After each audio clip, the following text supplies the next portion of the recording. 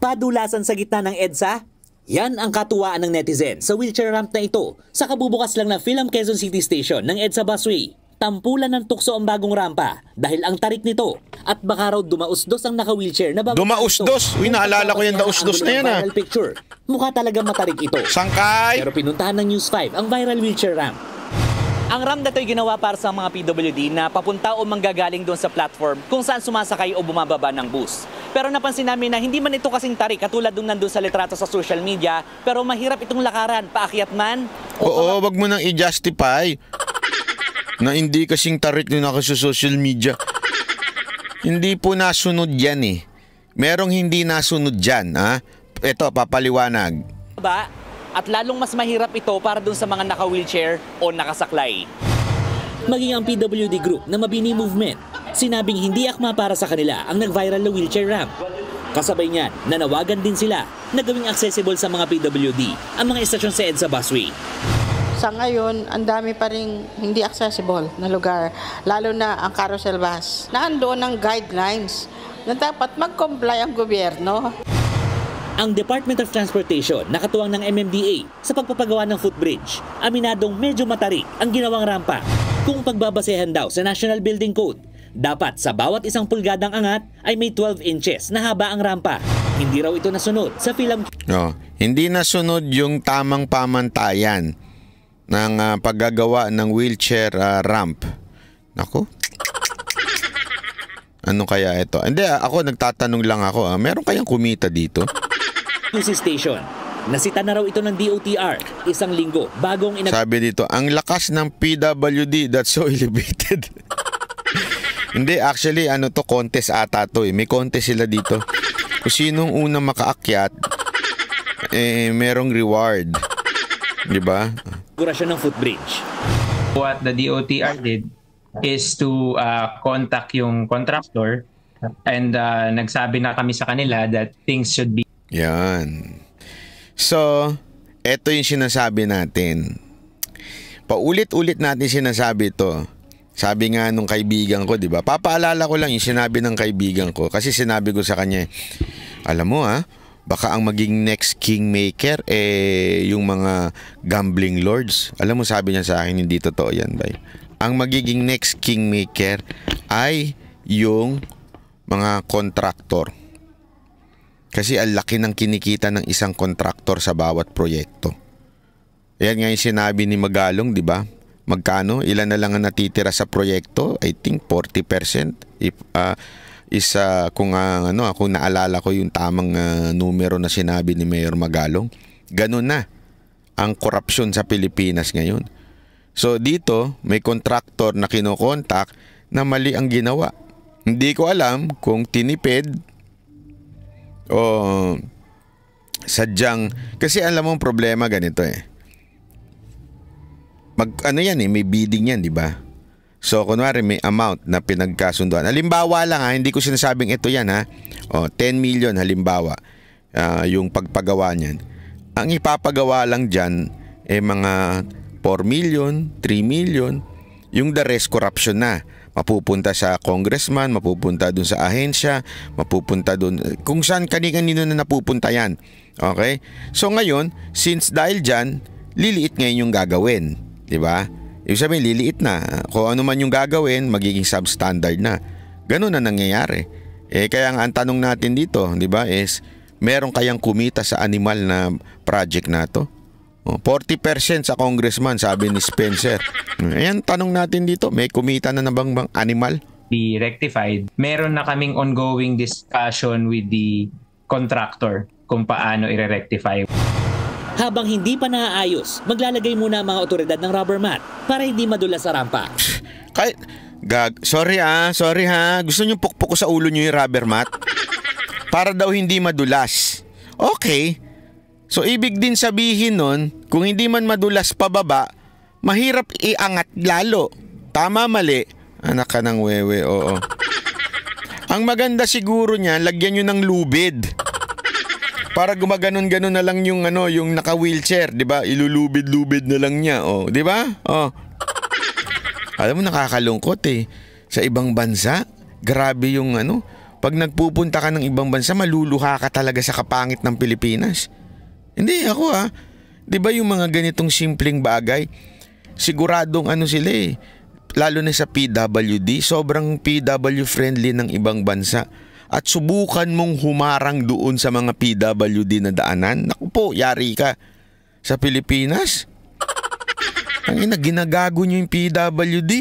Kung sino mang gumawa ng proyekto nito Tapos sasabihin nyo, lalagyan nyo ng rubber mat.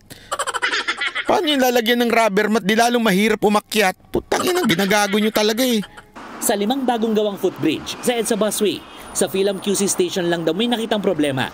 Umaasa naman ang grupo ng PWD na magiging accessible sa kanila ang lahat ng pampublikong transportasyon.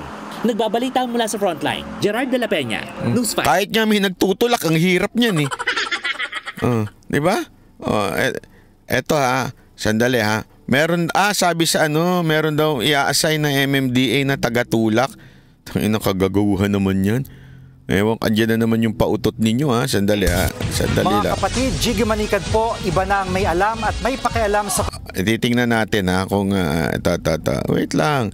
Meron pa kasing report dyan Ito, yan. The elevator intended for persons with disability constructed in EDSA Philam Busway Station faces challenges and height restrictions, while the ramp built along with the elevator bears limitations in space, resulting to steeper slope for those who use wheelchairs. The Metropolitan Manila Development Authority, or MMDA, explains these as they seek recommendations and suggestions to improve the design of the ramp. I'm in touch with one of the premier architectural firm dito sa Pilipinas. Ilelen po nila yung kanilang service for free. Magkakaroon po kami ng inspection at magsasuggest po sila ng ways kung paano pa i-improve. Netizens criticized the design of the ramp as unsuitable, particularly to those who use wheelchair. The MMDA, however, says these ramps are not really designed for those using wheelchair, while the agency observes seldom to no commuter on wheelchair in the busway. Hindi lamang naman po naka-wheelchair. Ang galing ng palusot ng MMDA. Palakpakan natin. Kayo naman, hindi naman pala pang wheelchair yan. Pang naka-scooter yan. Kahit nga scooter, baka yung mga mumurahing scooter hindi makakyat dyan Hindi totoo. Yung scooter na may slope lang silang pwedeng akyatin. Yung mga mabababang klase na scooter, yung mga 300 watts ba yun? Mga 400 watts. Hindi kakayanin yung mga ganyang katataas.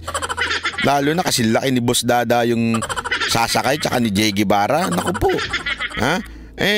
Ang mga pwede lang dyan yung mga mamahaling scooter Pambihira naman Tapos sasabihin nyo, hindi yan para sa pang wheelchair lang. Para saan yan? Sa skateboard.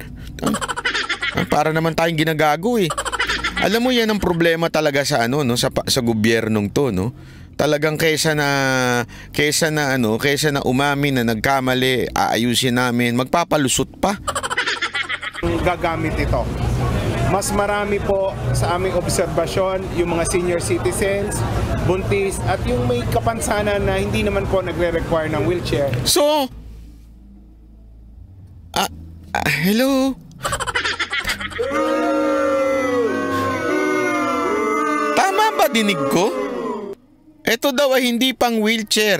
Marami daw ang nagsasabing mas okay yung mga senior na bababa at mga may kapansana nang hindi naka-wheelchair. Bababae mo, di dadulas dito.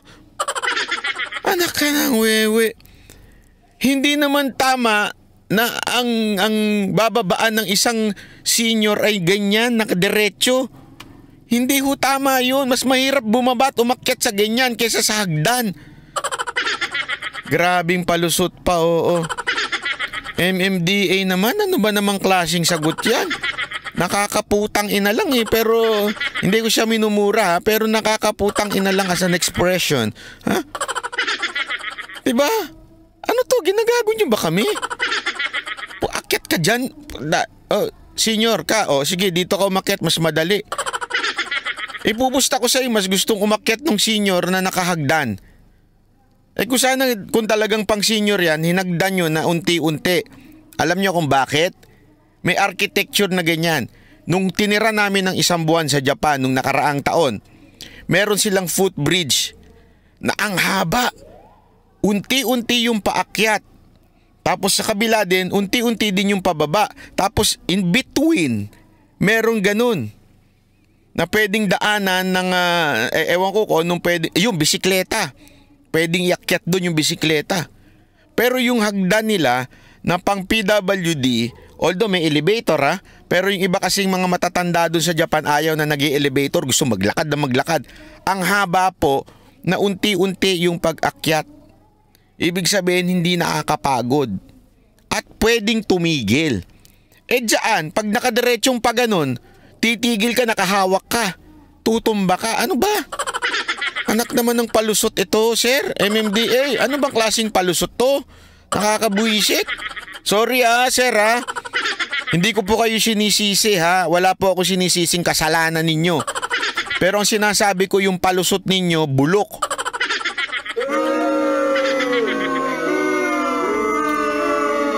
Tanungin ko kayo dito, mga kababayan. Meron ba ditong mga senior na, Spencer, ano mas gusto mo? Umakyat ka sa hagdan o sa ganyan diretsyo na malalaglag ka?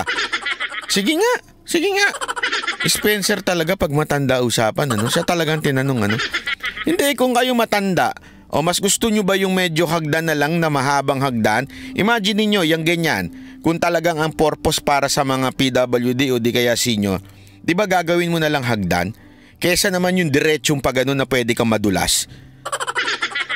Di ba? At gagawing slide. Pababa, slide. Okay. So pag pababa, slide. Pag paangat, bahala ka. Ganon. Tama ba ako? Pag nabasa pa ng ulan niya, madulas siya. Hindi ko nga alam yung palusot nila Parang nanggagago lang di ba?